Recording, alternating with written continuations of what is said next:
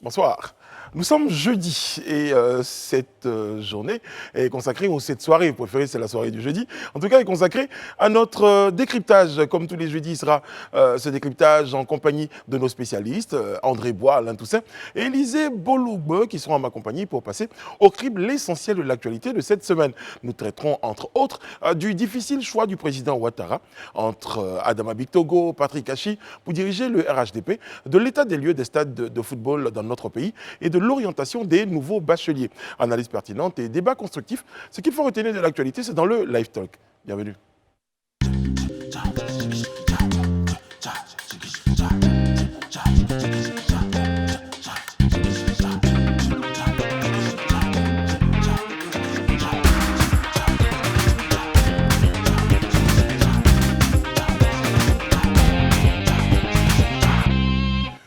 Oui, je me disais, journée ou soirée, le jour jeudi, mais enfin il est joli. Bonsoir à vous téléspectateurs, merci d'être en notre compagnie et bien pour ceux qui nous rejoignent. Vous avez choisi le Live Talk, si vous êtes là depuis le début, encore une fois, on vous dit merci, en tout cas on vous remerciera jamais assez d'être fidèle à cette chaîne-là et d'être tous les soirs plus nombreux pour nous regarder. Ce soir, pour m'accompagner pour cette soirée de décryptage, nos spécialistes de l'info, Alain Toussaint, grand communicant. Bonsoir, comment allez-vous? Brico. Content de vous retrouver. Merci, pareil. André Bois, bonsoir. Bonjour Brice, aussi heureux d'être là. J'y étais déjà hier. Ouais, je m'étais promis de ne jamais, cette saison, de ne jamais faire de commentaires sur les tenues. Sur les tenues. Mais bon. Mais on avait trouvé que j'étais un peu trop sage ou sobre. Maintenant, je mets un peu de folie dans mes habits. Vous trouvez l'occasion de vouloir... Non, une petite folie de sous-préfecture, je dirais. Ok. Élisée Bolougbe, bonjour, comment allez-vous? Bonjour Brice, je vais très bien. Merci. Alors, nos spécialistes sont en place, nos experts sont prêts à vous livrer leurs analyses. On entame tout de suite notre session de décryptage avec votre permission. Et puis nous entamons cette soirée par la question d'un éventuel difficile choix. Je le mets au conditionnel quand même pour le président Ouattara. Bataille de positionnement. On a parlé de Patrick Achi, du Premier ministre Patrick Achi, en tout cas, qui se plaindrait, qui serait plaint d'une question de... Il y a même, ça nécessitait un recadrage, parce qu'apparemment, certains ministres se feraient recevoir par M. Bictogo. Cela n'aurait pas été de son goût, et ce qui a nécessité une petite mise au point du président de la République. Est-ce que cela, selon vous, est symptomatique permettez-moi l'expression, d'une guerre de positionnement au niveau du RHDP? Parlons pas de positionnement. Je pense que c'est un problème d'organisation, parce que ce qu'il faut savoir, c'est que au niveau du RHDP, c'est un parti qui est au gouvernement, un parti de gouvernement. Du coup, les ministres ont aussi une double casquette. C'est des leaders politiques de leur région. En même temps aussi, ils portent l'action gouvernementale à travers des postes ministériels. Ce qui s'était passé, c'est qu'ils ont des permanences qu'ils assurent au siège du RHDP. Il y a des jours, on va retrouver Anou Loto, un autre jour, ce sera Mamadou Touré, etc. Donc, est-ce que cela gêne l'action gouvernementale? C'est une question qu'on peut se poser. Moi, je n'ai pas vraiment la réponse, mais à en croire quelques indiscrétions de la presse, c'est que cela n'aurait pas plu au chef du gouvernement, qui voyait là une façon d'avoir la mainmise du parti sur les ministres. Donc. Bon, André Bois, êtes-vous disponible parce qu'on a une réunion? Non, je dois assurer la permanence du parti. Mais maintenant que vous voulez mon avis, je vous dirais oui, parce que les ministres, c'est vrai qu'ils ont un rôle technique, mais aussi ils ont un rôle politique.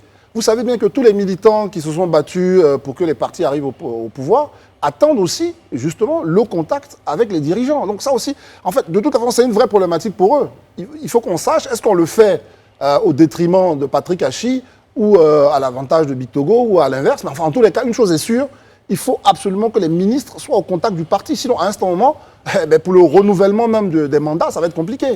Ça pose un problème, Élisée Bolougbe? Moi, je voudrais juste dire que ce recadrage, comme tu le dis si bien, parce que selon aussi nos indiscrétions, effectivement, il y a eu un recadrage du chef de l'État lors du Conseil des ministres qui en a pris même un bon bout de temps pour mettre tout le monde en ordre, ou du moins tout le monde au pas. Mais ça devait s'imposer tôt ou tard. Moi, je m'explique. C'est pas parce que justement M. Bictogo avait pris beaucoup d'ascendant, c'est pas ça.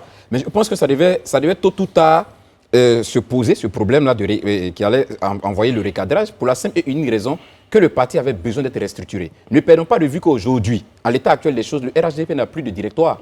Le directoire, en réalité, qui était conduit par Gon Coulibaly depuis son décès, le premier ministre Gon Coulibaly, le RHDP n'a plus de directoire, n'a plus de président du directoire.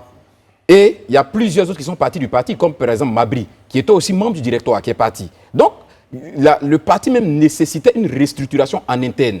C'est vrai qu'en l'absence du président du directoire et de certains pontes qui, eux, dirigeaient le directoire, comme Mabri, comme Blé Guiraou et autres qui sont partis, bien évidemment, le directeur exécutif est monté en puissance. Mais ce n'est pas sans conséquence pour la plupart des autres cadres, qui, pour certains, estimaient qu'il en faisait un peu trop, qu'il prenait beaucoup d'ascendant, au point où il disputait, je dirais en fait, le leadership même du parti avec certains cadres qui, eux, estimaient qu'il méritait aussi ce leadership. À côté de ça, il y a aussi certains cadres au niveau du RHDP qui, jusqu'à aujourd'hui, en veulent à Bictogo parce qu'ils estiment qu'il aurait contribué d'une manière ou d'une autre à soit leur échec au niveau électif parce qu'il a financé des candidatures, ou soit qu'il aurait d'une manière ou d'une autre engagé d'autres candidatures, même s'ils ont gagné. On a vu, on a entendu des discours au lendemain des législatives, par exemple, avec comment on appelle. Non, mais tu me laisses finir, s'il te plaît. Tu me laisses finir, s'il te plaît. Il faut qu'on discute. Mais il termine déjà.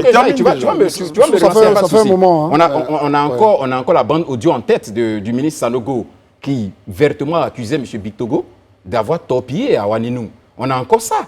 On ne perd pas de vue que le trio qui vient aujourd'hui d'être mis en place, ou du moins qu'on aurait dit a été mis en place. Il y a certains dedans aussi qui ont des reproches vis-à-vis de Bictogo parce qu'ils estiment qu'ils n'ont pas été suffisamment soutenus, que ce soit à Koumassi, soit à Yopougon. Bon, donc, comme Alain n'a pas parlé.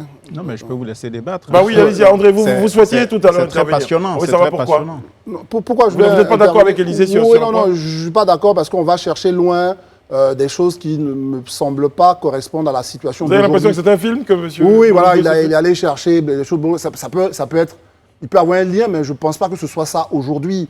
Parce que hier, au moment où il y avait donc toutes ces questions de choix des candidats pour le parti, pour les élections, tout ça, il n'y avait pas encore cette place que prend Hachi aujourd'hui dans l'organisation.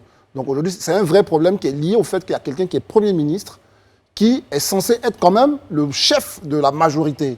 Et derrière, on a un directeur exécutif qui tient la machine. C'est un peu comme si vous voulez, un PDG et puis un DG, qui est le chef de l'exécutif. Donc du coup, là, en ce moment, il y a un vrai problème. Même si je comprends ce qu'il dit, mais je ne pense pas que ce soit ça aujourd'hui qui soit au cœur. Donc c'est pour ça que je veux Je vais rejoindre André. Je ne pense pas qu'il y ait un conflit de leadership ou une forme d'adversité entre le Premier ministre Hachi et le directeur exécutif du RHDP. Voilà. André l'a dit tout à l'heure, quand on dit parti du gouvernement, cela veut dire que le parti qui est au pouvoir a des ministres, en tout cas majoritaires dans le gouvernement. Et ces ministres aujourd'hui, pour la plupart, se distinguent par une multiplicité de casquettes. Ils sont ministres au gouvernement, ils sont dirigeants de collectivités locales ou régionales, ils sont également dans des postes fonctionnels, voilà, au sein de la formation. Donc, si, parallèlement à l'action du gouvernement, le parti doit fonctionner, il faut bien que les ministres qui sont en responsabilité puissent les assumer. Moi, j'ai une question. Voilà. Et maintenant, non, je vais juste terminer. Donc, le problème, c'est peut-être la question de l'organisation qui nous ramène à la question de la restructuration, mais qui n'est pas une question qui date d'avant-hier. On est d'accord. Depuis la disparition quand même de deux premiers ministres, Amadou Gon Coulibaly et Ahmed Bakayoko, la question de la restructuration du RHDP s'est posée. Maintenant, le biais qu'utilisent les médias, parce que pour le moment c'est un phénomène médiatique, c'est des articles qui sont commandités, on sait, moi j'ai été un peu dans le sillage du pouvoir aussi, on sait comment les médias utilisent des informations qu'on reçoit par derrière les portes pour alimenter la chronique.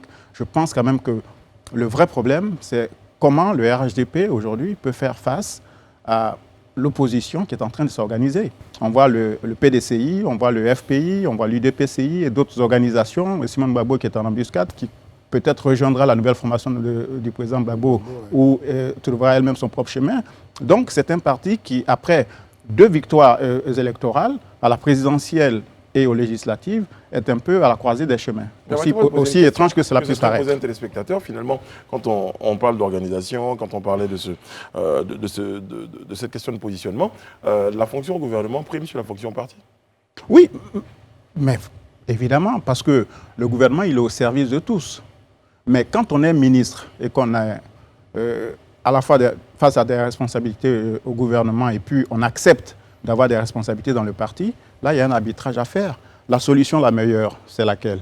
C'est qu'on décide, par exemple, que ceux qui sont au gouvernement s'attellent à travailler uniquement pour le gouvernement et que le parti soit dirigé par des cadres qui, eux, n'ont pas ces responsabilités ministérielles, ce qui leur permettra d'avoir du temps, de consacrer davantage de leur temps à l'organisation, au travail de parti. Parce que l'observation qu'on fait, c'est qu'aujourd'hui, quand on est ministre, on est devenu, comment on dit, un acteur politique urbain. On délaisse les campagnes qui nous ont élus. On va rarement sur le terrain. Et c'est d'ailleurs dans ce sens-là que M. Bictogo, d'après ce que j'ai lu dans la presse, avait instauré une sorte de permanence à la fois à Abidjan et même dans les circonscriptions. C'est ça. Voilà, donc il y a un vrai problème d'organisation. Un parti politique, c'est d'abord des responsabilités thématiques.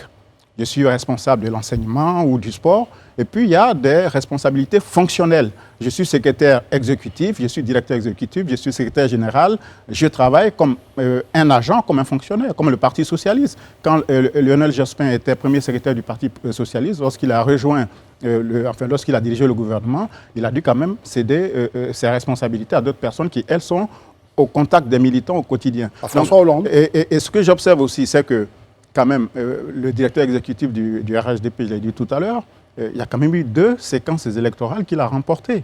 Et puis, quand il y avait la tension, qu'est-ce qu'on a vu monter au créneau?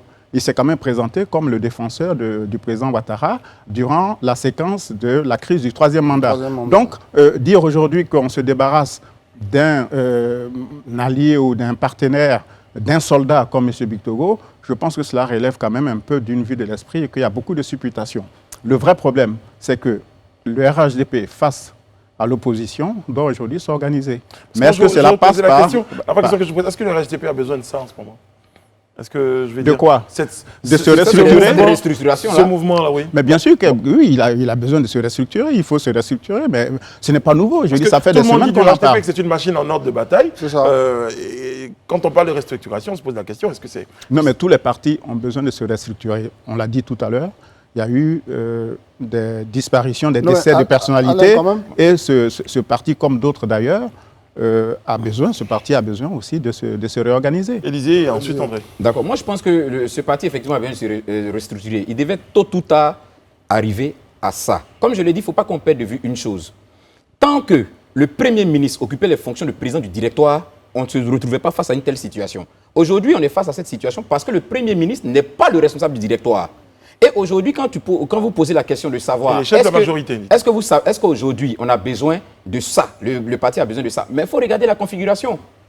Quand le président du directoire était le Premier ministre, les années antérieures, mais la configuration politique n'est pas la même que celle d'aujourd'hui. Aujourd'hui, Gbagbo est de retour. Laurent Gbagbo est l'un des opposants les plus farouches est là aujourd'hui. Et il a même annoncé une série d'actions qu'il est en train de mettre en place dans le but, effectivement, de contrecarrer, de revenir sur la scène politique. Donc, quand on est dans une telle situation, on ne peut pas dire qu'on va continuer de maintenir la structure comme elle était par le passé parce que les configurations ne sont plus les mêmes.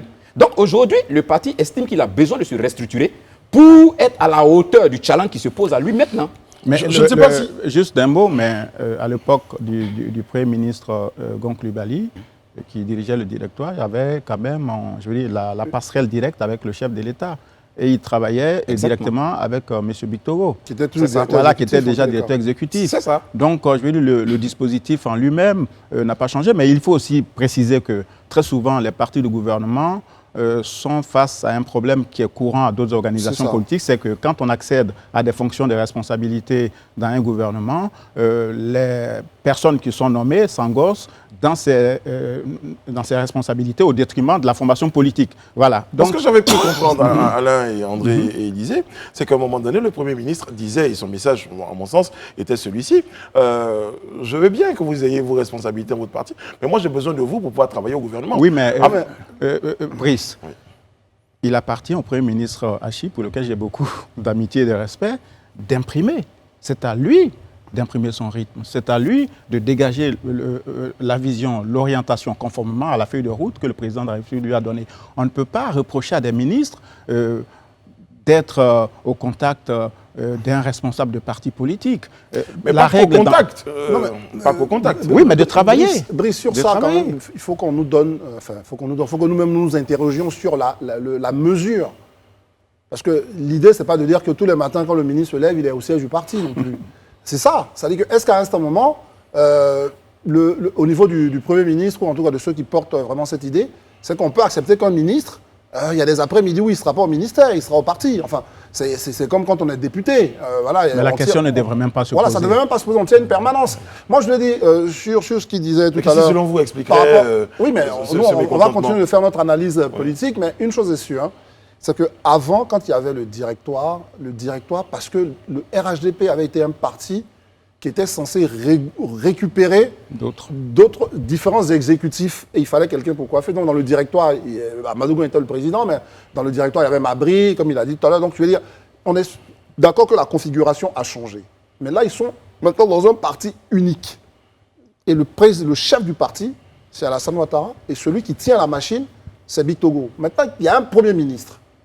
Comment on fait pour que le Premier ministre ne se dise pas que au niveau politique, au niveau du parti, il ne tient pas lui aussi les équipes. Mais c'est soit on le met à la tête de l'exécutif du parti, alors que c'est une chose qu'on n'observe pas ailleurs, très souvent. Il le disait tout à l'heure, quand Lionel Jospin prend le parti, c'est François Hollande qui va récupérer. Donc, ça répond plutôt à une, comment j'allais dire, à une organisation dans les pays les plus, avancés. Voilà, une fois que Barack Obama est président, il y a un parti, il y a un chef du parti républicain, il y a un chef du parti démocrate, etc.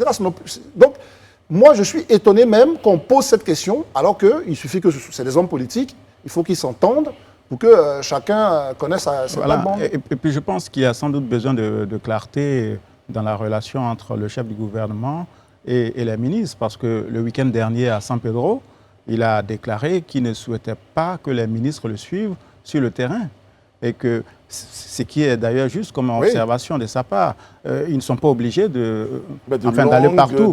Voilà, de longues délégations. Et je suis entièrement d'accord avec lui. Mais le fond de tout cela, c'est qu'il y a quand même un problème. Ce que la presse révèle aujourd'hui, c'est pas ça qui crée la fameuse contradiction. Parce que c'est bien bon de dire ça comme ça en public.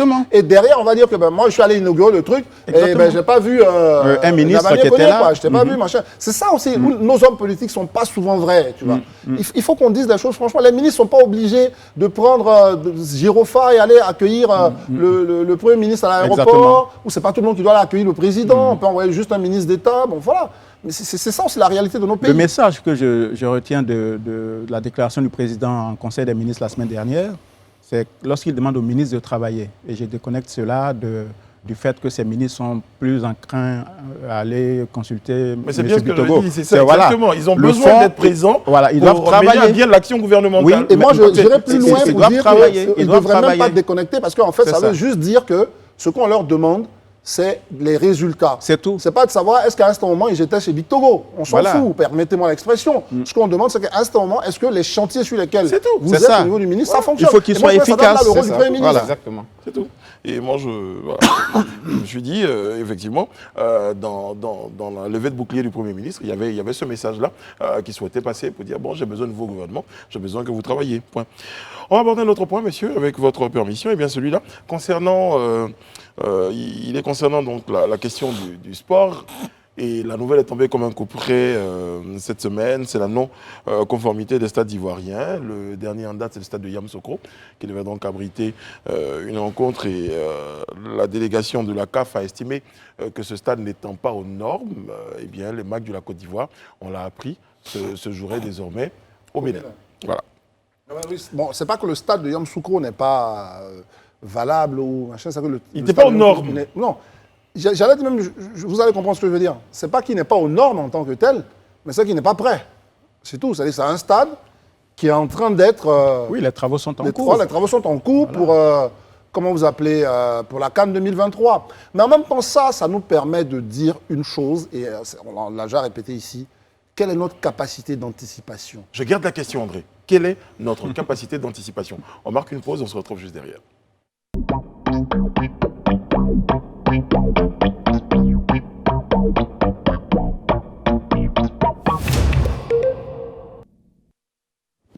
De retour sur le plateau du Live Talk en compagnie de nos décrypteurs maison, Alain Toussaint, Élisée Boloubeu, André Bois. Eh bien, sur la question des stades en Côte d'Ivoire, André Bois se posait la question juste avant la pause, eh bien, concernant notre capacité d'anticipation. C'est ça. Pourquoi je vous dis ça? Après, vous allez pouvoir y répondre. Le stade Fouet-Boigny, on connaît, il y avait un chronogramme que le stade serait en réfection d'une période à une période. Donc, quelle que soit la compétition qu'il y aurait, le stade Fouet-Boigny ne serait pas disponible. On savait qu'il y avait un stade à Boaké qui était aussi en construction, et là aussi avec une période bien définie. Pareil pour le stade de Yamoussoukro et pour San Pedro, Co, etc. Donc, il ne reste que le stade d'Ebimpe qui est censé être un stade qu'on nous a livré. Donc, ça veut dire que techniquement, les dirigeants du sport, j'inclus même tous, le ministre et la fédération, ils savent qu'ils n'ont qu'une seule pelouse pour pouvoir accueillir des matchs des éléphants de Côte d'Ivoire. Mais là, il se trouve que cette pelouse, justement, n'a pas été entretenue. C'est là le fond de la question. C'est même pas que le stade de Yamoussoukro est homologué les normes. Non. C'est-à-dire qu'on ne s'est pas occupé de la pelouse d'un stade qui vient d'être livré et qui doit être utilisé pour la Coupe d'Afrique. C'est vraiment une faute grave même. Permettez-moi de poser la question. Est-ce que quand le stade des BMP nous était livré, la pelouse était en bon état? Non, mais je ne sais pas comment je vais vous expliquer. Parce que vous dites que vous n'avez pas entretenu, c'est pour ça que j'utilise... Non, mais je dis entretenu parce qu'un stade, quand on le livre, ça, on va dire, il y a des techniciens, si vous voulez, des travaux. Mais après, ceux qui prennent en main le stade, c'est des gens qui sont des spécialistes du football.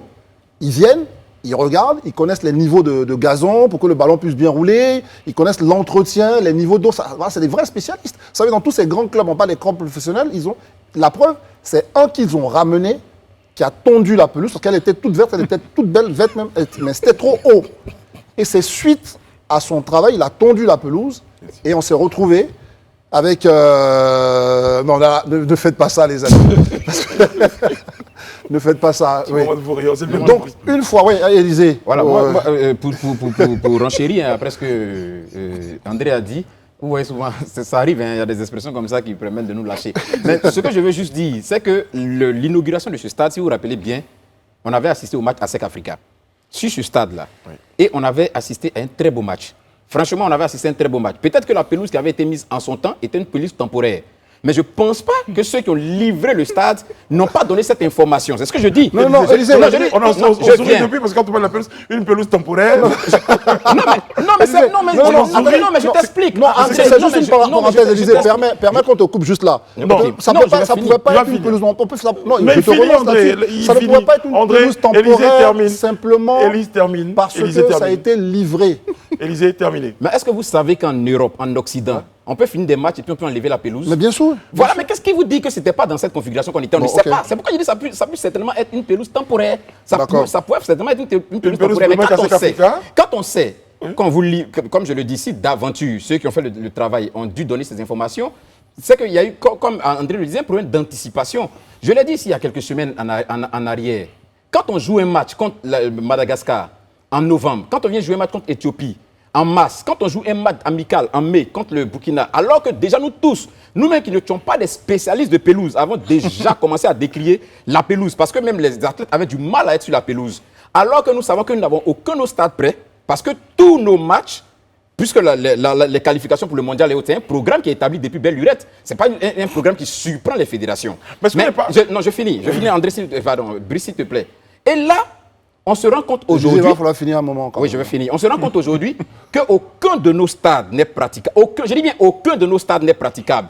Et ce qui est extraordinaire, je vois le communiqué encore sous mes yeux ici, ou du moins le point presse, ils ont appelé point presse du ministère des Sports. Mais je tombe des nues quand je lis ça. D'abord, je le trouve assez injurieux, parce que vous dites aux gens, l'esprit chagrin qui essaie de déstabiliser l'équipe nationale, ce n'est pas votre rôle. Les Ivoiriens ont le droit d'exprimer leur mécontentement parce qu'ils estiment que leur souveraineté a été entachée par le fait qu'on déporte un match. Ça, c'est leur droit. Donc, vous n'avez pas besoin de dire aux gens qu'ils ont un esprit chagrin. Deuxièmement, je trouve que le communiqué il est laconique parce que ce qu'on pose ici comme problématique, ce n'est pas juste de dire que les infrastructures seront prêtes en 2023. Ça, nous, on n'a même pas besoin de savoir. Si ce n'est pas prêt en 2023, vous savez ce qui vous attend. De toute façon, nous, on sait qu'on a une CAN en 2023. Ce qu'on vous demande ici, pourquoi aujourd'hui la sélection nationale est obligée d'aller jouer à l'extérieur? Qui en sont les responsables? Il faut qu'on situe les responsabilités et que désormais, ça ne fasse plus tache d'huile. Alain Toussaint. Bon, moi, excusez-moi, j'aime le foot, je suis un passionné de ballon rond, mais je ne vois pas pourquoi on fait un plat de toute cette affaire de pelouse, de gazon maudit, enfin, je ne sais plus. Ouais. À un moment donné, il faut arrêter. Est-ce qu'on n'a pas de problème plus grave en Côte d'Ivoire? Ah ben non. Il y a des stades qui sont en train d'être construits pour On a un premier point de désaccord. Hein. Oui, mais bien sûr. Pour la CAN de 2023, il y avait le stade de BMP. Apparemment, il n'est pas praticable. On déporte, la pelouse. Voilà, la pelouse, pardon. On déporte, on délocalise le match dans un autre pays. Mais écoutez, est-ce que nos joueurs n'ont pas l'habitude de participer à des compétitions hors de leur club habituel? Déjà, la première difficulté que ça pose, c'est que nous, les supporters, on soit obligés désormais de prendre un billet d'avion, de passer par un test PCR ou de se faire vacciner. Mais on a déjà vu des délégations de supporters ivoiriens aller à des compétitions hors du pays. À un moment donné, il faut arrêter. Et pour t'appuyer, d'ailleurs, parce que ça aussi, il faut que les Ivoiriens le sachent, hein, le test PCR, ce n'est pas 25 000. Hein. C'est-à-dire que ce que la CEDEAO a décidé, là, ce n'est pas le test PCR au Bénin. Vous allez payer 50 000. Ça, c'est un autre débat. Non, je veux dire qu'ils doivent revoir. C'est une information capitale. Il faut que, donc, ceux qui vont se déplacer doivent déjà prévoir ça. Ça, c'est important qu'on le dise. Deuxièmement, Alain, je ne suis pas d'accord avec toi. Quand tu me dis, on ne peut pas en faire un plat. Mais pourquoi? Le gouvernement a dit que les stades seraient prêts pour 2023. Donc, mais le gouvernement ne nous a pas dit, que nos 2 prochains matchs, on allait jouer à l'extérieur. Mais ça fait quoi? Mais ça fait quelque chose. Qu'est-ce que cela change? Ça fait quelque chose. Ça change, il faut qu'on en parle. Parce que les éléphants... Alain va terminer son Non, je finis. Les éléphants, pour ce que je sais de leur parcours, ont quand même déjà remporté des matchs en jouant à l'extérieur. Ça, on est d'accord. Donc, nos joueurs sont des professionnels. Ceux qui sont en train de construire des stades sont confrontés à des difficultés. Au lieu de demander des comptes au gouvernement ou au ministre des Sports, j'ai vu votre communiqué, ou à la direction, c'est à ceux qui ont les contrats de construction des stades qui vont demander des comptes. C'est à ceux-là qu'il faut demander des comptes. Moi, en tant que citoyen... Permettons, on l'a beaucoup dit. Une chose est sûre, le sport est une affaire sérieuse. Parce que c'est un moment de cohésion et le pays investit dans le foot, pour qu'à un moment on oublie... Dans le sport, globalement. Dans le foot, dans le sport, pour qu'à un moment on oublie un certain nombre de nos problèmes. Donc c'est vraiment important. Ensuite, il se trouve que, je reviens sur la question de l'anticipation. Pourquoi pour moi c'est important? Un stade, c'est une infrastructure, j'allais dire, socio-culturelle et sportive. Ça demande une stratégie. Comment on va l'entretenir? Je viens, et c'est ça, ça démontre, parce qu'en Côte d'Ivoire, on a l'Office national des sports qui est propriétaire de tous les terrains qui sont les terrains qui appartiennent à l'État, au public, les terrains de sport. Mais ce modèle-là, c'est lui qu'il va falloir interroger. Parce que quand on vous donne des BIMP, vous savez que tous les matins, il faut arroser. Parce que le vrai problème, c'est que quand on finit de jouer, à part l'hypothèse de notre cher ami... Élysée qui nous dit que ça a pu être une pelouse ça aurait pu. Non, c'est une hypothèse. On est d'accord. C'est une hypothèse. Une fois qu'on enlève cette hypothèse, ça veut dire que c'est une pelouse qu'il faut entretenir tous les jours. Il faut venir voir le niveau, à quelle hauteur pousse le gazon, le niveau d'eau, etc. C'est tout un travail technique. Et ça, c'est une responsabilité qu'on ne peut pas passer. Le vrai challenge, c'est le délai de livraison des stades. Est-ce que les stades... Non, c'est pas ça le challenge. En question seront prêts pour 2023. Alain a dit quelque chose pour moi qui est extrêmement grave. Quand il dit que ce n'est pas au gouvernement qu'on doit s'adresser, mais qu'on doit s'adresser à ceux-là qui ont la conduite des travaux. Mais non, quand on attribue le marché là, moi je n'étais pas là-bas, moi je suis un citoyen. C'est-à-dire que l'État de Côte d'Ivoire a confié la responsabilité du choix des marchés à une entité. Cette entité-là, quand je me rends compte que le travail n'est pas fait, c'est à elle que je pose la question. Parce qu'on ne fait pas une conférence publique pour dire à tous les Ivoiriens, aujourd'hui, on doit attribuer un marché à un tel, vous êtes d'accord. C'est pas ça. Donc moi, je suis très bien à l'aise de demander des comptes à tous ceux-là qui, pour moi, ont une responsabilité dans la situation que nous vivons aujourd'hui. Alors là, du coup, j'observe que vos interrogations sont à géométrie variable. Parce que sur ce même plateau ici, il y a quelques mois, lorsqu'on parlait des cartes d'identité qui étaient délivrées avec des retards intolérables, et quand je demandais qui est la société qui a la charge de délivrer ces cartes d'identité, vous me disiez qu'il ne fallait pas demander à cette société, mais plutôt demander des comptes... à l'ONESI. Oui, mais je suis cohérent. À l'ONESI, c'est la structure. Donc je suis très cohérent. Oui, mais pourquoi vous ne demandez pas au gouvernement qui a donné le marché? Non, ce n'est même pas l'ONESI qui imprime. c'est une autre structure qui C'est une autre édite les structure, cartes. mais c'est l'ONSI qui choisit son opérateur. C'est l'État, c'est le bras de l'État. Donc je suis très cohérent là. Non, mais je rejoins ça, il a fini, mais... Sur les stades, Alain. non. Ouais. Moi, je pense que, c'est-à-dire, là, vous vous emballez. La passion du sport. Oui, bien sûr, comprendre je ça. la partage parfois, mais avec un peu de vrai qu'on a pas modération. le foot, mais on aime le foot. On dit c'est en 2023. Il semble qu'il y a des délais qui sont prévus pour Alain, c'est chacun pas des le débat, stades. c'est pas 2023. Parce Les que stades quand seront, la CAF prêts. arrive et qu'elle dit Oui. il y a un prochain match qui doit se jouer et que ce prochain match-là, il n'y a pas de stade en Côte d'Ivoire pour accueillir, pour abriter cette rencontre-là, il y a un problème. Je rajoute sur ce problème. C'est un vrai sujet. C'est un vrai sujet. Pardon que je rajoute sur la question de Brice. Oui. On ne pouvait pas ne pas savoir qu'il y avait un match qui allait être programmé, mais une série de matchs qui allait être programmée en marge de la construction de Parce ce qu'on a stade. tous le programme. Donc Le il programme, fallait il est des confédérations prévoir depuis Mais que... le stade de Bimpe était censé accueillir ces matchs-là. Maintenant, justement, la pelouse pourquoi on n'a pas anticipé a Pourquoi on n'a pas anticipé? Parce qu'on sait qu'on a un calendrier, on a un chronogramme qui est bien défini mais de nos compétitions. comment est-ce que ou de vous nos matchs. anticipez sur une pelouse qui est dégradée après un Non, match parce qu'on entretient la pelouse. André, dans une semaine. surtout pour parler. Je vais terminer, Brice, si tu permets. Je vais dire Ok, quelque d'accord. chose, s'il vous plaît. Ok. Surtout pour rejoindre Alain Toussaint, surtout qu'une semaine avant, Oui. il y a une rencontre qui se tient. C'est ça, sur le dans ce stade de stade-là. Bimpe. Non, mais on s'est rendu compte que la pelouse...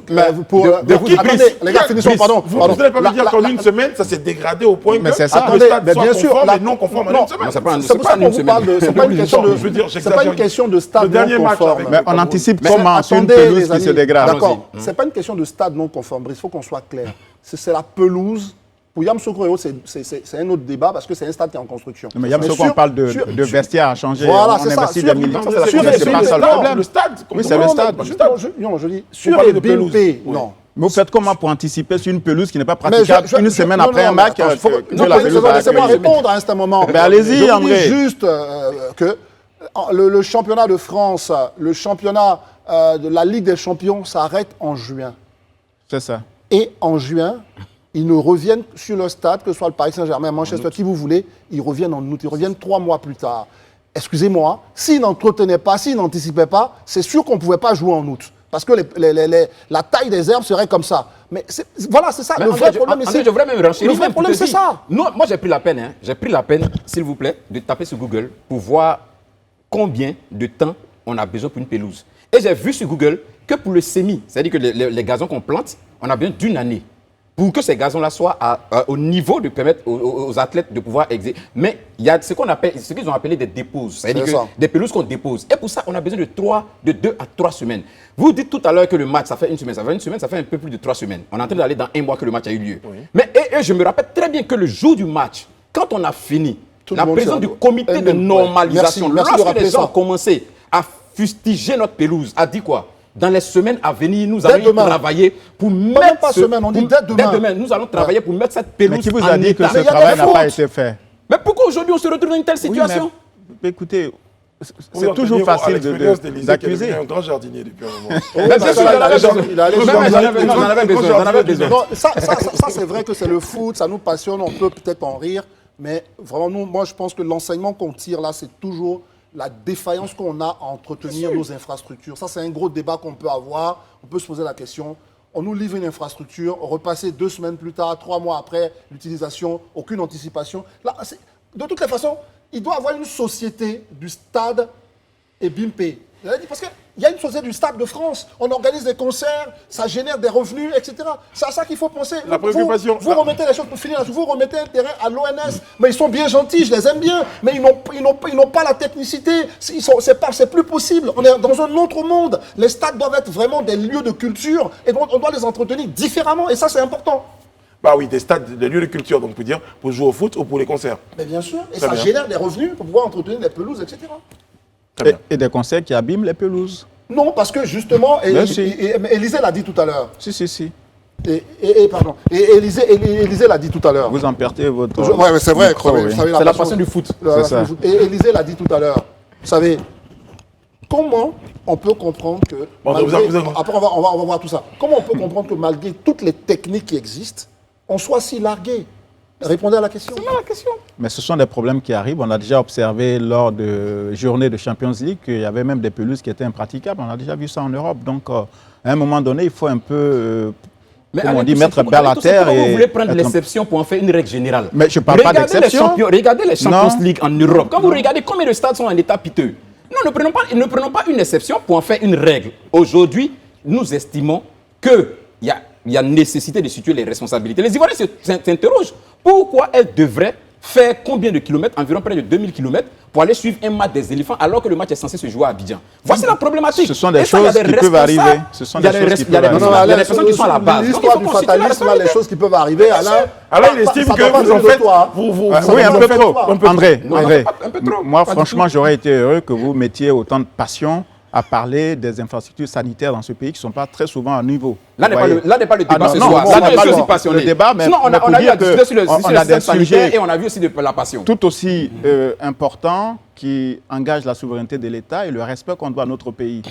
Ce sont des défaillances qui peuvent arriver. Voilà. Donc, tout à l'heure, vous parlez de... On va situer les responsabilités, mais pour faire quoi? Vous allez bien sûr, pour ne plus que demain ça se fasse. Oui, mais peut-être.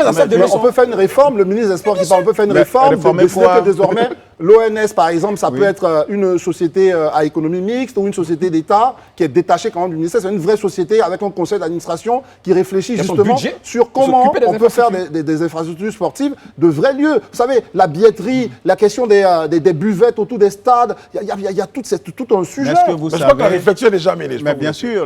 Mais elle est menée, le stade Fouet-Boigny, vous savez, il n'y a pas là-bas depuis toujours. Dans la nouvelle configuration, tout ça c'est prévu. Mais il faut le faire parce qu'on prend le budget de l'État pour construire des infrastructures et après on met ça dans les mains. Excusez-moi, c'est pas une attaque personnelle, mais on met dans les mains quand même d'un certain nombre de nos cadres qui n'ont vraiment, peut-être qu'ils ne sont pas à la hauteur, ils peuvent servir à d'autres endroits. Ça, ce sont des jugements de valeur. Non, mais parce que la preuve. Parce que certains Ivoiriens se disent, ça n'a plus rien à voir. Ça n'a rien à comme voir le stade avec des le Bimpe football. qui nous a été livré flambant neuf, avec une pelouse à Shintok, par exemple. Non, là, vous n'avez pas la preuve. Non, non, mais vous le disiez tout à l'heure. Je valide pas vous le disiez tout à l'heure. J'ai dit une pelouse, c'est tellement provisoire. Je n'ai pas dit que c'est Shintok. Quand on nous livrait le stade à Bimpe, on nous a dit qu'il était fin prêt, qu'il était opérationnel. Ça veut dire au moins pour 5 ans. Mais oui, mais non, mais pas la pelouse pour 5 ans. La pelouse, il faut que vous sachiez que vous... André, quand on livre un stade aujourd'hui... Je me vertue à vous dire que ne prenez pas... C'est vrai que vous parlez d'une infrastructure qui est le stade, mais pour ce sujet-là... On se plaignait déjà d'un certain nombre de choses à Bimpe, pour qu'il y avait des chaises... Oui, mais c'est ça. Ne prenez pas ça dans son entièreté, parce que le vrai problème des Bimpe aujourd'hui, pour qu'on ne peut pas l'utiliser, il peut y avoir d'autres problèmes de chaises, comme vous le dites, mais le vrai problème aujourd'hui, c'est la pelouse. Mais cette pelouse aurait pu être réglée si on avait anticipé, si on avait appliqué les règles d'entretien d'une pelouse pour du football. Mais je suis d'accord avec vous, d'autant plus que le stade de Yamoussoukro a une bonne pelouse, mais on ne peut pas l'exploiter parce qu'il y a ce qu'il y a autour qui pose problème. Non, le stade, on a vu des vidéos hier. Le COCAN a fait une visite sur le stade de Yamoussoukro. La pelouse, en l'état actuel, n'est pas praticable parce qu'elle n'est pas encore finie. Les travaux se poursuivent. Le COCAN l'a dit hier, on a vu les éléments à la télé. Mais ce que je veux dire, c'est vrai qu'on n'a pas réussi au foot quand bien on était des passionnés du foot, mais on se reste accroché au foot. Est-ce que vous savez aujourd'hui que c'est toute une industrie le football, même le traitement du gazon, c'est une profession. Aujourd'hui, pour la gouverne, parce que j'ai pris la peine d'aller au moins chercher, mais est-ce que vous savez qu'aujourd'hui, les Qataris du PSG se sont offerts les services de ceux-là qui entretenaient la pelouse du Wembley, en Angleterre. Mais parce que c'est une industrie. Et surtout parce qu'ils en ont les moyens aussi. Mais parce qu'ils veulent... Non, est-ce que vous avez vu combien ça coûte? Combien ça coûte? Brice, s'il vous plaît, je vous dis qu'ils ont ramené un opérateur, c'est un Européen, qui est venu 2 à 3 jours avant le match face au Cameroun pour déjà s'occuper de la pelouse avant qu'on joue. Donc, il y a des gens, ça veut dire qu'on met des moyens. Ce n'est pas une question qu'on n'a pas les moyens, mais on les met à quel moment? Mais là, une fois que les éléphants sont partis, chacun est rentré dans son club, qu'est-ce qu'on fait? Est-ce qu'on entretient la pelouse? Est-ce qu'on l'arrose convenablement? Il y a des techniques, c'est ça. C'est ça que moi je mets en... Surtout qu'on sait qu'on doit jouer dans moins d'un mois ou dans 2 mois. On va sortir du constat et surtout, vous avez dit pour la suite, déjà, c'est que les éléphants joueront au Bénin. C'est ça. Voilà. Et ça change quoi au résultat?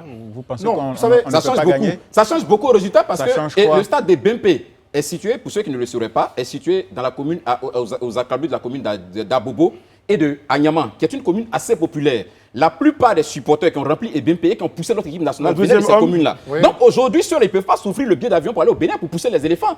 C'est ce que ça veut dire. Donc, quelque part, on n'est pas en train de jouer dans les mêmes conditions que si on jouait à Abidjan. C'est une réalité. On a une communauté ivoirienne au Bénin. Donc mais qui ne peut pas valoir la mobilisation qu'on fait à Agnaman. Et puis, c'est toujours bon. C'est pour ça qu'il y a des matchs à l'extérieur et puis il y a des matchs dans le pays. Donc, pour dire que c'est toujours plus important de jouer sur ces installations, chez soi. Et le fait qu'on soit obligé d'aller jouer au Bénin, surtout quand c'est programmé.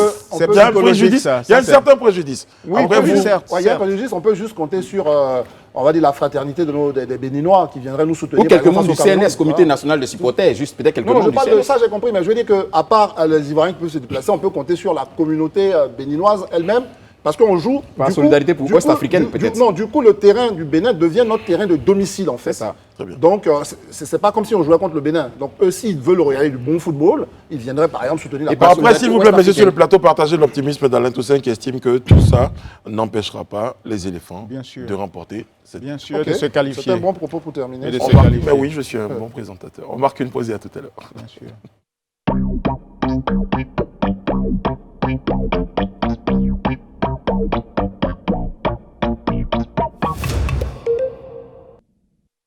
Débat passionné, idées contradictoires, c'est l'ambiance qu'on vous sert tous les jeudis sur le plateau du décryptage, du live talk en compagnie de nos décrypteurs, Alain Toussaint, André Bois, Élisée Boulogbe. Après la question très passionnante qui déchaîne les passions du sport et du football en Côte d'Ivoire, eh bien nous allons nous tourner vers un autre sujet tout aussi important.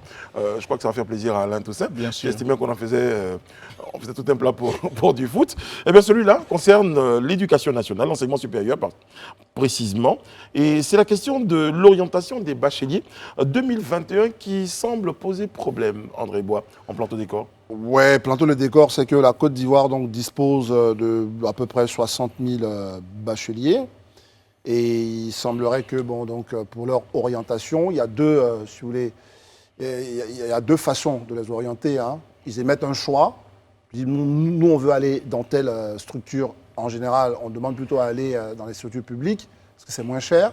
Et puis derrière, comme l'État n'a pas suffisamment de moyens, le reste, ils sont reversés dans les établissements privés qui existent en Côte d'Ivoire. En tout cas, un maillage quand même assez important, il faut le reconnaître, sur toute l'étendue du territoire. Voilà. Donc, sauf qu'au regard donc, du nombre d'orientés, cela déjà commence à provoquer donc, des grincements de dents. Syndicats d'étudiants qui se plaignent, ils ne sont pas d'accord. Syndicats d'enseignement supérieur, la SENEC notamment, tout le monde a trouvé qu'il y avait donc un problème dans les orientations des bacheliers pour cette session. Selon la SENEC, c'est une mascarade, pour utiliser l'expression. Hein. Non Voilà, prise en donc, compte de l'expertise de la SENEC dans le processus il y a d'orientation. 87 000 bacheliers exactement, on cherchait voilà. le chiffre, et on devait en orienter 69 000. Donc voyez-vous, ça veut dire que l'État devait accueillir dans les universités publiques 70 000 nouveaux étudiants, alors qu'il en existe encore beaucoup qui sont sur les bancs, etc. Donc imaginez que ça fait beaucoup, et donc l'État ne peut pas tous les accueillir. Donc ce qui va se passer, c'est qu'il n'y aura que seulement 12 913 bacheliers qui vont finalement être orientés. Question, que font les autres? Et l'État... Où vont les autres? Et selon ce que le ministère nous dit, finalement, ils sont passés à 19 000. Parce que ils ont repêché donc 6 000 autres. Précision aussi, c'est qu'on est orienté aussi en fonction d'un certain nombre de critères. Ça, il faut le dire très rapidement. Il y a un critère de nombre de points. Il y a un critère aussi d'âge, etc. Et à côté de tout ça, la Côte d'Ivoire a une université aussi virtuelle pour régler ces différents problèmes à côté des 6 autres universités, je crois. Donc il y a l'université virtuelle qui complète, donc l'université publique. Et donc cela aurait pu régler le problème. Mais il y a toujours beaucoup de grincements dedans. Et on pourrait se prononcer sur ces différents reproches. Alors, ce que je pense, c'est autour de 20 000 places disponibles dans les établissements publics. Oui, 19 620. Ouais, 19 620. Ouais. Brice demandait tout à l'heure où vont-ils. Moi, je dirais, et que fait-on de l'égalité des chances? Parce que quand on obtient le baccalauréat, on a toujours la volonté d'aller à l'université. Maintenant, c'est à l'État de prendre ses responsabilités. Si l'État oriente des étudiants dans des structures privées, il faut que l'on trouve un moyen de financer ces études-là dans les structures privées. Voilà, ça c'est un vrai problème. Permettez-moi d'utiliser une expression que j'ai empruntée au sujet passé. C'est encore une fois, André, la question de l'anticipation. Mais la question de l'anticipation, mais aussi la question des moyens. Parce qu'il faut être... à un certain moment, il faut regarder le pays en face et dire que le pays n'a pas les moyens. C'est une réalité d'envoyer 70 000 étudiants dans les universités publiques. Il faut arrêter de se leurrer. Et c'est pour ça qu'on demande l'investissement privé. Il y a des gens qui ont construit des campus, on peut en citer, on en a reçu ici, donc pour permettre justement à l'État d'avoir des étudiants à caser. Mais le fond du problème, au-delà de l'égalité des chances... Quand je parle d'anticipation, André, mais excusez-moi, mais on pourrait imaginer qu'en 2021... il peut arriver qu'on ait des mécanismes d'anticipation pour estimer qu'on allait avoir ce nombre d'étudiants et que forcément ce nombre d'étudiants est plus important que le nombre de places d'université. Mais j'ai répondu en partie à votre question pour dire que de toutes les façons, si on veut anticiper, il faut qu'on ait beaucoup d'argent. Ça veut dire que pour anticiper, il faut déjà au moins construire une université dans chacune des 31 régions de Côte d'Ivoire. Au moins. Ça permettrait de... Non, en République démocratique du Congo, c'est un pays qui est plus grand, il y a 90 universités. En Côte d'Ivoire, voyez-vous, comme une université publique, on n'en a que 8 ans, enfin la 8e avec... donc, vous estimez qu'on a... Non, voilà, donc il faut comprendre on a moins de moyens qu'en République démocratique du Congo, ou c'est une question de volonté? Non, mais la question des moyens va aussi avec la question de la politique. C'est-à-dire que quand on permet au privé de construire des universités, c'est pour ça que je voulais aller, pour que vous ne restiez pas sur la seule anticipation, c'est qu'aujourd'hui, le privé, la preuve, les autres vont aller dans le privé a la capacité d'absorber tout cela. Mais le problème, c'est ce qu'Alain Toussaint a dit. Je finis là-dessus. Okay, c'est ce qu'Alain Toussaint a dit. La question de l'égalité des chances. C'est-à-dire que quand moi, enfant Bois, je suis orienté à l'université en droit et que enfant Brice orienté à l'université Tartampion en droit et que lui, il doit débourser 300 000 francs alors qu'il a été envoyé par l'État, c'est là où ça commence à poser problème. Bien sûr. Élysée. Vous savez, quand on parle de la question de l'éducation et de l'enseignement supérieur, c'est une question éminemment capitale parce que nous tous ici, on est concernés. D'une manière ou d'une autre, soit on a nos enfants qui sont à l'enseignement supérieur, soit à l'éducation nationale. Et moi, personnellement, je suis dans le cas parce que j'ai des frères qui sont à l'enseignement supérieur, j'ai des enfants qui sont à l'éducation nationale. Donc, c'est un sujet qui nous touche, nous tous. Donc, on ne peut même pas dire que, parce qu'on est journaliste, on fait juste une analyse. Et c'est pourquoi j'ai introduit ainsi pour pouvoir vraiment poser les bonnes questions. Aujourd'hui, on se pose une question fondamentale. Je suis entièrement d'avis avec André quand il dit qu'on ne peut pas orienter tous les bacheliers au public. Ah oui. Ça, je suis entièrement d'accord. C'est pas possible d'envoyer tout le monde dans des universités publiques. Moi, aujourd'hui, au regard, d'abord, je note des anomalies fondamentales parce que j'ai pris le temps, en préparant cette émission, quand même, d'investiguer. Une chose que j'ai constatée, c'est que le fichier d'orientation des enfants, il est écrit dessus, vous n'avez pas la possibilité d'être réaffecté. C'est-à-dire qu'il n'y a plus de réclamation. Donc moi, je viens. Ça veut dire que si moi aujourd'hui, en dépit du fait que je sois titulaire d'un bac A, c'est un exemple que je prends, et que j'aspire à aller en droit à l'université, c'est un exemple que je prends à l'université Lorion-Guédé de Daloa parce que j'estime que mes parents sont dans la région et que ça sera plus facile pour moi de faire mes études là-bas. Non seulement on ne me mettra pas à Lorion-Guédé, c'est bon, il y a certains qui n'ont pas eu le cas d'être à Lorion-Guédé d'un premier temps, mais deuxièmement, qui n'ont même pas été dans la filière, mais pire. Parce que j'ai lu et j'ai même interrogé certaines personnes. Et vous pouvez aller sur le site de l'enseignement supérieur, sur leur page Facebook. Vous allez voir là, les complètes. Il y a des gens qui, eux, sont titulaires d'un bac A. Nous également, on a titulaires parce qu'ils voulaient se jeter se lancer les fleurs. On a tous investigué, mais on n'a pas préparé cette émission. Non, mais je sais. Ils sont titulaires d'un bac A et qui sont orientés, c'est un exemple que je prends, qui sont orientés soit en médecine. Oui, mais il y a des erreurs comme ça qui sont corrigées. Je viens. Mais voilà qu'on ne te donne plus la possibilité de réclamation. Non, ça se règle. Ça se règle. Attendez, nous sommes en train de parler sur des documents factuels. Vous pouvez aller à l'instant pendant que je parle. Les téléspectateurs peuvent voir. Ils peuvent aller vérifier la fiche d'inscription. Si cette mention ne figure pas. On n'a pas dit que c'est la mention. Ça, c'est la première chose. La mention. S'il vous plaît. Je vous promets que vous allez terminer. André, un point sur la mention. Oui, la mention. La question, ce n'est pas la mention. La question, c'est qu'une fois que vous êtes orienté et que vous êtes titulaire d'un bac A et qu'on vous a envoyé en médecine, on ne peut pas vous imposer d'aller faire médecine.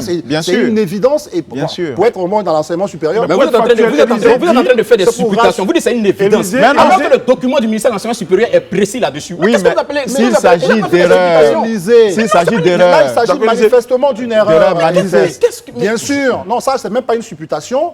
Vraiment, faut-il que je dise que quand même je travaille à l'université. Oui. Et je vous dis qu'un étudiant qui est orienté dans une filière qui n'a rien à voir avec son parcours scolaire, Élysée est réorienté. Par exemple, le problème qu'on pose, c'est que par exemple, vous avez un bac A. Vous vouliez aller en lettres, on vous envoie par exemple en géographie. C'est là où par exemple, il y a des difficultés. Parce que pourquoi on ne vous réoriente pas? Parce que vous voulez être réorienté. Élysée, vous avez la possibilité d'être réorienté. Mais ça, évidemment, tout le monde a envie d'être réorienté. C'est pas ça la question. Vous avez posé un problème clair. Vous parlez de celui qui veut faire médecine. Il y a une mention. Voilà, si vous envoyez médecine, évidemment, on vous dit que non, ça c'est une erreur manifeste. Une erreur. Mais on dit par exemple, vous voulez aller en droit, on vous envoie en économie. Parce que ce sont des études connexes. Donc à ce moment-là, évidemment, il y a plus de difficultés, mais il y a encore des possibilités, parce que vous pouvez faire des échanges avec d'autres étudiants. Par exemple, si un étudiant a été orienté à Bouaké et que vous êtes à Abidjan, vous pouvez échanger. Je vous pose une question. Donc, il y a pas mal de choses. André, j'ai une question pour vous. Peut-être ça va calmer les ardeurs d'Élysée. C'est qu'est-ce que vous faites de cette mention? Non, mais moi, j'étais interrompu dans mon développement. En fait, tout à l'heure, je vous promets que vous allez revenir à votre défense. Mais je veux dire, on parle de la mention. Je ne parle pas de quelque chose d'autre. Je parle de quelque chose de factuel. Élysée, merci. Qui a investigué, a vu qu'il y a une mention qui dit que les étudiants ne peuvent pas être réaffectés. Qu'est-ce que vous faites de cette mention? Personne n'a dit que c'est faux. Ça dit que c'est faux. si vous avez eu un bac scientifique et que, par exemple, vous voulez aller faire MPC, enfin, comment on appelle ça ici, et qu'après vous voulez changer pour aller en histoire-géo, il va de soi que ce sera extrêmement difficile de changer. Compte tenu de votre parcours déjà, vous avez eu un bac scientifique, on suppose que vous avez fait ce choix. Ça ne fait même pas le débat, ça nous fait perdre du temps. Après, vous ne pouvez pas changer de parcours. Maintenant, cette mention qui figure, mais elle figure aussi sur les sites d'inscription de nombreuses universités dans le monde, notamment en France, où chaque année, il y a des difficultés pour des milliers et des milliers d'étudiants qui se plaignent de la manière dont... En France, l'orientation, c'est un vrai débat. C'est un vrai problème. Donc, la question, ce n'est pas de dire qu'Élysée n'a pas investigué. Élysée, excuse-nous, ce n'est pas ça le débat. On dit, la mention, elle existe, on est d'accord. On n'a jamais dit que c'était le débat. Non, mais c'est pas le débat. Non, mais c'est pas le débat. Il avait mentionné. Faut pas prendre une partie pour en faire le tout. Là, je suis pas d'accord, André. Je développe un argumentaire. Tu peux pas faire croire à tous que mon argumentaire n'était que sur un fil. Non, pas du tout. Oui, mais tu t'es accroché à cet argument-là. Non, je suis en train de dire quelque chose. Je pense que c'est important qu'on m'écoute et qu'on suive. Je vous ai dit en entame de mes propos que la question sur l'enseignement et l'éducation est une question éminente parce qu'elle concerne tous. Élysée, allez-y, terminez. On a promis que vous allez terminer votre développement. Vous le faites. Aujourd'hui, au-delà de tout ce qu'on est en train de dire, on dit que c'est des erreurs et autres, tout ça. Moi, ça me pose la question fondamentale de la commission d'orientation. Comment elle fait son travail, la commission d'orientation? Parce que quand tu parles d'erreurs, erreur, ça peut être dans des proportions. Mais est-ce que vous savez aujourd'hui combien de personnes qui aujourd'hui sont en train de fustiger le fait qu'elles n'ont pas été orientées dans les filières parce que leur parcours, leur background ne leur permet pas d'être dans ces filières? Elles sont nombreuses. Elles sont nombreuses. Élysée, moi, j'ai eu l'occasion. Élysée, tout ça, je reviens. Non, monsieur, non, s'il vous plaît. Élysée remet tout en cause. L'ONS, les commissions d'orientation. Non, demain la météo. Non, mais franchement. Je suis désolé. Élysée, on est sur le plateau de faire un débat pour éclairer la lanterne des citoyens. Donc, on prend des positions. Vous remettez tout en cause. Non, je ne remets pas tout en cause. Élysée, terminez. Voilà. Et s'il vous plaît, je vous donc, sur la marge d'erreur, je viens. Sur la marge d'erreur, il va terminer. Alain, un autre sujet. André, il va terminer. Il fait des sauts de puce. Il va terminer. Restez sur un sujet. Il nous reste 2 minutes. Non, mais je n'ai pas le temps. Mais je suis même surpris que André, même, qui a ses collègues, qui ont même fait un communiqué pour fustiger cette situation, soit celui-là qui sont en train de défendre vraiment Deuxièmement, d'accord, ok. Donc, si la proportion d'erreur, elle est minimale, on peut la concéder. Mais aujourd'hui, c'est de nombreux étudiants. Et cette situation, peut-être vous ne le savez pas, mais cette situation dure depuis 3 à 4 ans. Et il y a des bacheliers qui n'ont plus continué à l'enseignement supérieur pour 2 raisons. La première, parce que la filière dans laquelle on les a mis, leur background ne leur permet pas d'être dans cette filière, donc elles n'ont pas pu s'inscrire dans cette filière. Deuxièmement, la deuxième chose, c'est que les critères d'orientation, moi je me rappelle à l'époque, quand on faisait les orientations sur la fiche, qu'on remplissait de façon manuelle, on nous demandait même la fonction des parents. Ça répondait à une logique, parce qu'il y avait une dimension humaine dans l'orientation. Moi, j'ai une question pour vous. Je reviens. Cette question. Oui. On a tous eu le bac, on a tous demandé une filière, on n'a pas tous été orientés dans ce qu'on avait demandé. Généralement, on avait 3 choix. La proportion de non-affectation n'était pas comme celle d'aujourd'hui. Il faut être réaliste. Si aujourd'hui, il y a 4000 personnes qui ont envie d'aller en droit et que la possibilité de les accueillir n'est pas présente, qu'est-ce qu'on fait? Est-ce que vous savez aujourd'hui, quand nous étions en train d'avoir le bac, l'université Lorient-Guédé, l'université de Korogo et autres, c'était des URES. Ce n'étaient pas des universités complètes. Aujourd'hui, elles sont des universités complètes et toutes les filières. Est-ce que c'est faux? C'est vrai. Elles sont des filières. Mais ça peut vous dire que l'État se donne les moyens. Un enfant qui était à Abidjan était orienté à Lorient-Guédé et il y a la distance qui pose un problème. Voilà ce que je vous propose. André, vous voulez réagir? Je vais vraiment 30 secondes parce que nous sommes fait une émission. Parce que ce que je vais proposer, c'est que sur ce plateau, avant qu'on se pose toutes les questions et ne pas pouvoir avoir toutes les réponses, on va inviter un responsable de l'enseignement supérieur. Mais on les attend. Qui certainement aura plus de réponses. Et je vous promets que vous serez sur le plateau. Merci beaucoup. Ça, j'y tiens absolument. Très bien. Non, on me ferait une belle fleur si je pense que tous nos propos, ce n'est pas autour des erreurs d'orientation. Tout notre propos, on l'a dit, c'est sur les capacités d'accueil. C'est sûr que si on avait Ce plus n'est de... qu'un pan, André. Ce n'est qu'un pan, Non, c'est pas le sujet. Élisée, si cette Mais fois, bien sûr que c'est le sujet, vous laissez c'est pas le terminer. sujet. Mais parce que Vous c'est laissez ce que Brice- terminer. mais voilà, Bon, on ne va pas refaire le débat. On va refaire Oui. le débat. C'est bien. Non, parce qu'il a su les Nous sommes en erreurs. conclusion, Les erreurs, André. c'est pas essentiel. C'est les capacités d'accueil. C'est parce que, en géographie, je le dis, où j'y suis, quand vous avez 2000 élèves, 2000 étudiants, de nouveaux étudiants bacheliers en première année, c'est sûr que l'année qui va suivre, les 2000 vont aller en deuxième année. Si vous devez encore avoir 3000 étudiants en première année, ça pose problème. Donc tous les étudiants, s'ils sont 10 000 qui ont demandé à aller en géographie, ben évidemment, on va en prendre que 1000. Et C'est donc un ça vrai- pose problème. c'est un vrai Donc voilà, sujet. c'est les capacités d'accueil, c'est pas autre chose. Et puis, on espère en tout cas qu'on aura sur ce plateau-là donc un responsable de l'enseignement supérieur pour éclairer la lanterne des Ivoiriens. Et je crois que c'est le but de toute cette discussion, de tout cet échange sur notre plateau. Alain Toussaint, merci beaucoup. Merci. Merci. André Bois, merci. Merci. Élisée, merci beaucoup. Merci, Brice. Je vais vous offrir un café à la fin de l'émission. Merci beaucoup, c'est gentil. Je le prendrai Du volontiers. thé pour moi. Exactement. Moi, Du moi, thé j'ai pour de vous. l'eau, vous savez. De l'eau pour André Bois. Les gens pensent qu'il y a autre chose, mais... Ah, c'est ça. Sinon, les gens n'ont On rien se dit, demande hein. bien. Non, les gens n'ont rien dit, en fait. Notez qu'on a été très heureux d'être en votre compagnie. Jeudi prochain, notre décryptage. Et puis nous vous donnons rendez-vous lundi sur ce même plateau-là pour un live talk en compagnie de nos chroniqueurs et d'un invité. Demain, c'est vendredi. Eh bien, Connie et ses girls vous donnent rendez-vous sur ce même plateau-là. Connie, je ne peux pas le dire pour l'instant. Bourgois. Bah, C'est avec Mewe. Ah, André, attendez. Ma Mais folie. oui, le maître Lizio Blazo sera en compagnie de Connie sur ce plateau-là pour le Live Weekend. Et puis, juste après nous, c'est l'instant en PMU. Prenez soin de vous et des autres. Que Dieu veille sur vous, que Dieu veille sur la Côte d'Ivoire. À lundi.